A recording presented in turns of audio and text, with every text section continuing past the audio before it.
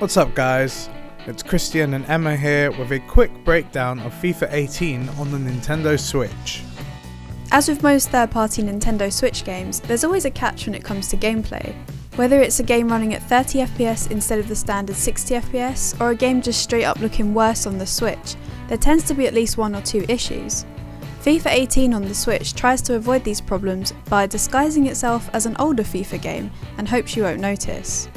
Here are some of the key differences between the Switch version and the PS4 version of FIFA 18. The journey is powered by the Frostbite engine used on the current generation consoles, meaning it isn't possible on the Switch. You can't play pro clubs, the 11v11 mode. Strangely enough, you can't play online with your friends. This omission is probably the most baffling one. Don't expect to play in the weekend league or have a go at squad battles because they're missing. Supposedly, EA have removed these modes intentionally as they didn't want to overwhelm the new player base. Not having the journey isn't that bad in the scheme of things.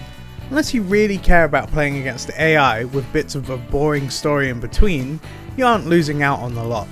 It's the online features that players will be annoyed about more than anything.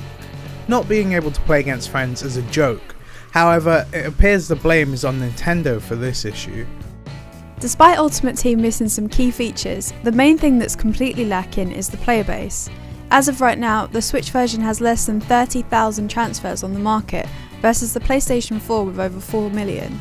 You're almost forced into buying packs because you won't be able to pick up all the players you actually want on the transfer market. The gameplay on the Switch is pretty good, but this doesn't come as a surprise as it's nearly identical to the Xbox 360 version of the game.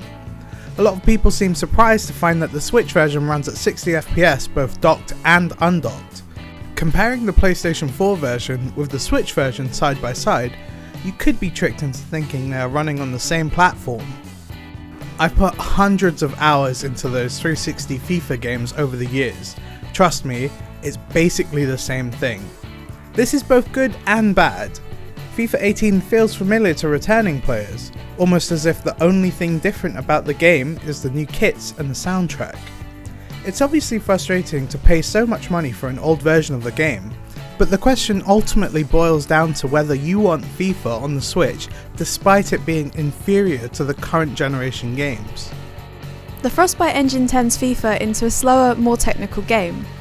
Going back to the Xbox 360 version of FIFA is a step backwards, but if the Switch is all you have, then we suppose it could be worse.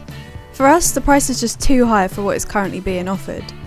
Unless you desperately need to play FIFA 18 in handheld mode, there's almost no reason not to pick up any of the other versions of the game.